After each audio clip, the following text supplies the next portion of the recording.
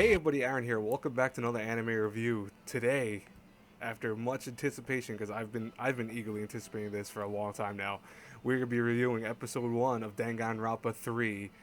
Now, at the end of Hope, I believe it's actually titled as, and don't worry, I'll have actually in the title the actual correct title plus the Japanese title for it, or maybe actually because it's really long, I'll probably just have the Japanese title. Anyways, though, guys and girls, so I've been pumped for this. And I'll say this right now. I apologize if the quality of the images don't look that great. My computer's been running really crappy all day today. I don't know why. Must be something going on with it, but I'll figure that out. But anyways, let's talk about what happened in this episode. So we start off with Makoto Naegi, who is the protagonist of Danganronpa 1. Which, by the way, I forgot to put that in this video in the beginning. Danganronpa 3 is number 3 for a reason, folks. If you have not seen at least the anime or at least seen some of the video games, or played the games or something like that, you're going to be very lost. And there's a lot of spoilers to what characters lived, what characters died. I'd highly advise before doing this, like if you're watching this right now, this is my only spoiler to you guys. I'll put a giant warning again on the screen. Do not watch this show without having seen the source material for it. Do not watch it. It's gonna have lots of spoilers. You'll be lost. I was a little bit lost with certain concepts because even though I've seen and played the games already and have seen the anime and stuff like that, there are a lot of little tidbits here and there, and to really go into detail with those, you'd have to actually then look up certain things, and like characters are going to be spoiled right away. So definitely check out. Make sure you watch the first anime at least, play the games, or do something of the matter because otherwise it's going to make no sense to you.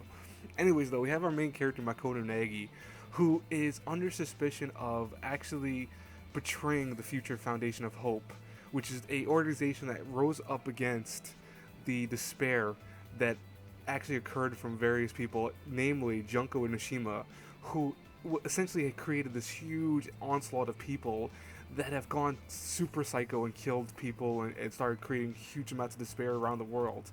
And the Future Foundation of Hope has been the only thing keeping the world in somewhat shape after everyone basically is dying off from this despair thing that happened. Now, the thing though is Makoto Naegi in the second game kept alive a lot of people, and we're gonna see that right now. But you know, that is a main thing of this, is that he kept the following people. I put their images on the screen.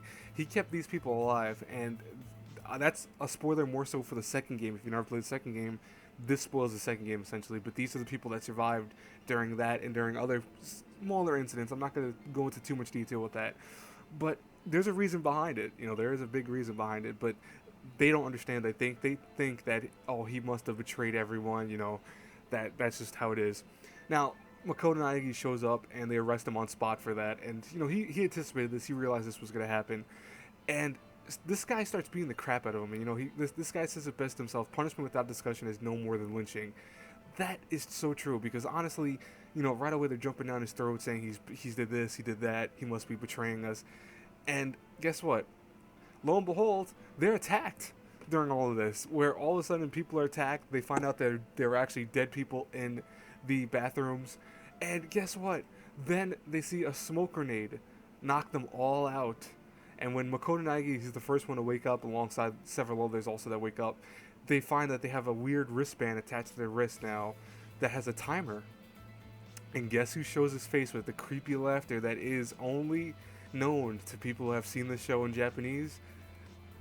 Yep, Monokuma, who comes back, and he even says it best: he will always come back. One of the main things of the Danganronpa series is having Monokuma front and center.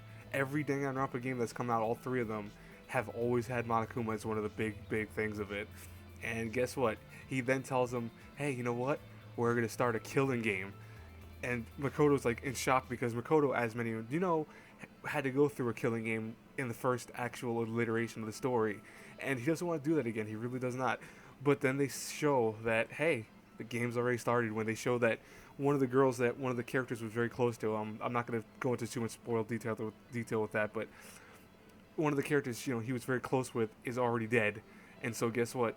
Someone killed her. Out of this group of people, one of them must be a killer. Or maybe, my opinion is, what if it's not one of them? What if it was the person who actually put the wristbands on them? Because clearly someone had to run in there and put wristbands on them, right? So maybe they killed her and made it look like it was one of them. That's probably what happened.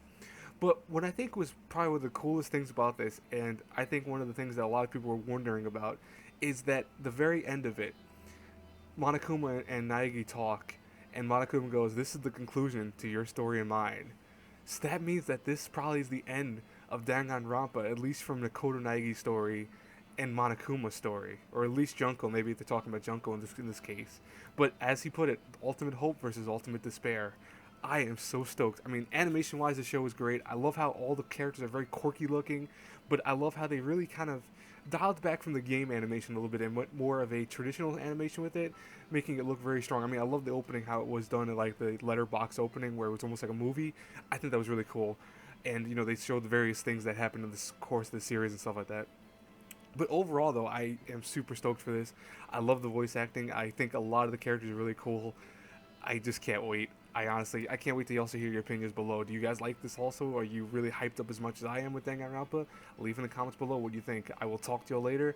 Have a great day. Hit the share button, hit the like button. You know the whole man. Bye-bye, everyone.